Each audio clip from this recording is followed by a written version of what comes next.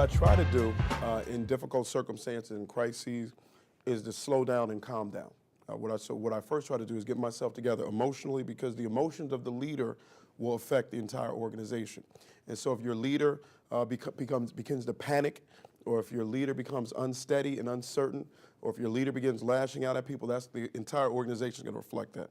So what I try to do is calm myself down, stay calm, and try not to get too high when things are great, not try not to get too low when things are bad.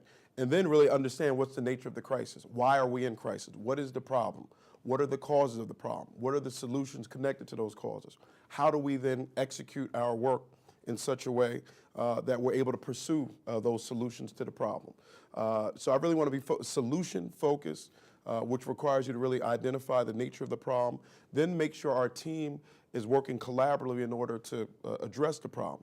I'm also a big believer in collaborative thinking, that there's certain things I have in my head, some are good, some are bad. There's other team members who have things in their head, some are good, some are bad. But when we collaborate and put all brains together and we put all information in a kind of collective pool, we're going to be able to solve problems better that way. But I think it's critical for leaders to be calm, to be solutions-oriented, to be affirming, to be collaborative, to also, discipline when necessary, because, if we don't understand the causes and don't make steps to make adjustments, then you continue to repeat the same problems over and over again. I try to do that, and I'm definitely a passion-driven person. To run for office in a place like Newark, you gotta have some passions. This is not easy. This is very sacrificial. It's time away from your family. For a professional, there's no economic incentive. I mean, there's no money in this. You're going to get cussed out by tens of thousands of people no matter what you do. So it's a sacrifice. And for me, at least, I'm in this space, and the sacrifices are sacrifices that aren't really sacrifices to me, because I love doing this work, because I'm passionate about my community. I'm passionate about using the skills and gifts God has given me to make a difference in His community. And when you're passionate, you're not always going to be calm.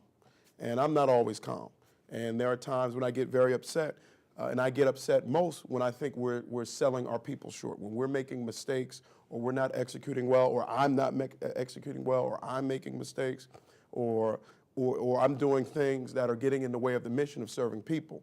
And so when that happens, there'll be times when I get emotional, there'll be times when I get upset, there'll be times when I'm pointed, there'll be times when I have a tone, but I try to, when I do that, apologize if I go too far, and normally I don't, but if I do go too far, to apologize and let people know I'm a human being.